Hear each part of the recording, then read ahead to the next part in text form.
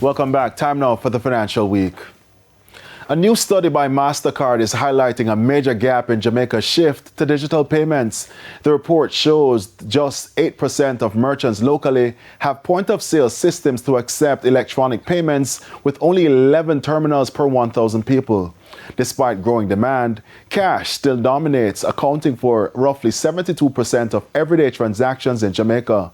MasterCard's Jamaica country manager Dalton Fowles says expanding digital payments could help businesses reach more customers, operate more efficiently, and grow.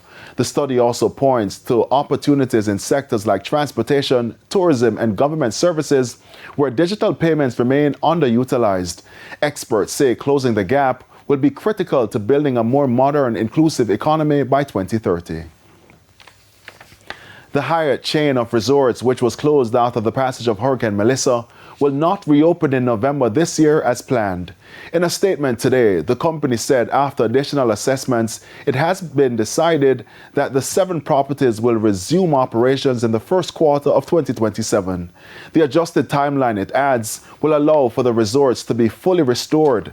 They include Breathless Montego Bay Resort and Spa, Dreams Rose Hall Resort and Spa, Hyatt Zilara Rose Hall, Hyatt Ziva Rose Hall, Secret St. James, Secrets Wild Orchid, and Joel Grand Montego Bay Resort and Spa. Stakeholders say they're bracing for a massive economic surge as the carnival season reaches its peak this weekend.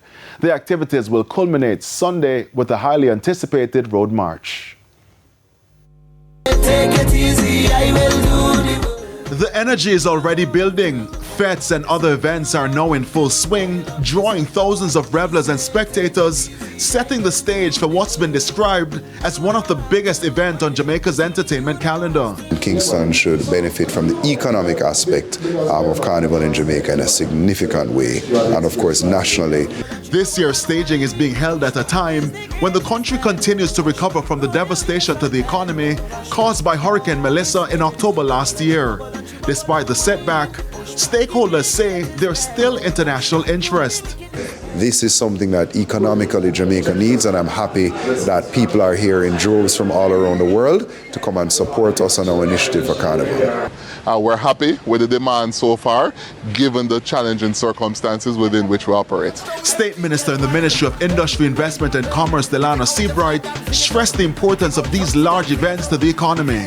So we're very gung-ho about events of this nature that bring visitor traffic in, but also puts money in the pockets of micro and small business stakeholders. At the center of it all is Sunday's Road March, which is expected to bring not only color and music, but also earning opportunities. Overall, the demand is pretty strong, the energy is strong, a lot of events are being kept, and a lot of people from the micro, small, medium and large business levels will benefit.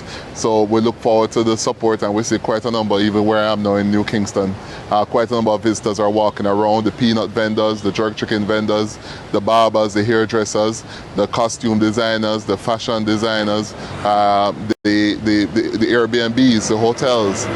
There's a lot of money moving around the economy. As the countdown to Road March continues, stakeholders are watching closely, confident that the combination of culture, commerce and celebration will deliver major boost to the Jamaican economy.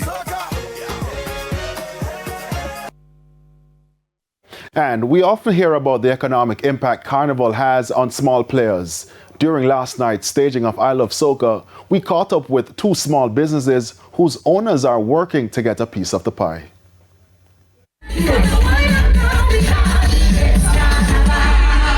Music, flashing lights, a wave of supporters.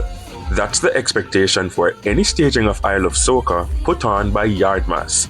This year's staging at the National Heroes Circle. And while the party was in full effect, there were heroes on the hunt for their families. What's being hunted? Money in economically challenging times. This is a family-owned business, driven to earn. My name is Rohana, and this is Tatisha, mother and daughter-owned business, Cat Street Delight. Across from them, this, an audience. The mom is the cashier. Her daughter hands-on in the kitchen. They say it's not just soca enthusiasts who are happy for I Love Soca. And while the crowd gyrates, money gyrates in their pockets. Big bad earnings. It pushes our business a bit more so that we can get more exposure, more experience, and more persons can come and expand and take Cat Street the lights and let them know that, hey, we are here too. It's not just the bigger persons alone that can benefit from this experience. The women say branding is also important. They knew a large crowd was coming, so being in the mix was perfect. We want to be in the know. We want to get our friends worldwide. We're happy to be here, and this is a good experience for us because the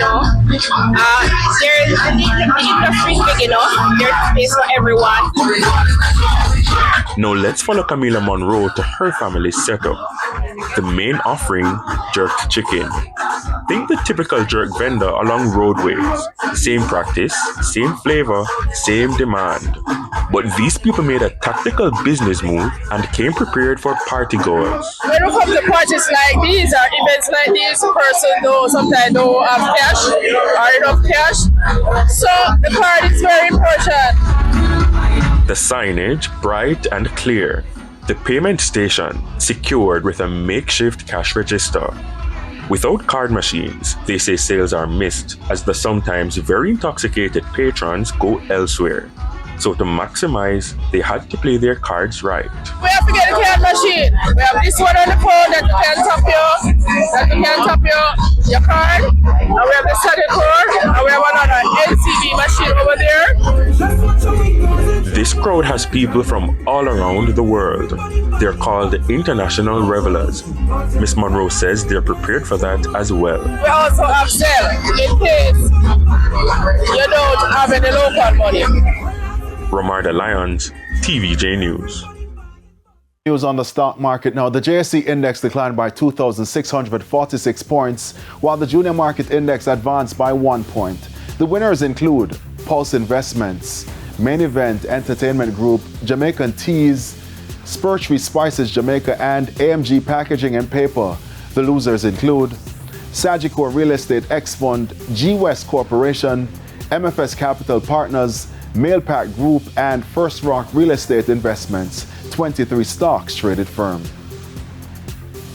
To some currency trading now. Foreign exchange trading ended with banks and Cambio selling the US dollar for an average $159.18. The Canadian dollar is being sold for $116.31. The pound is going for $213.87, while the euro is selling for an average $186.97. And that's the Financial Week. News from overseas and our bite of the week after the break.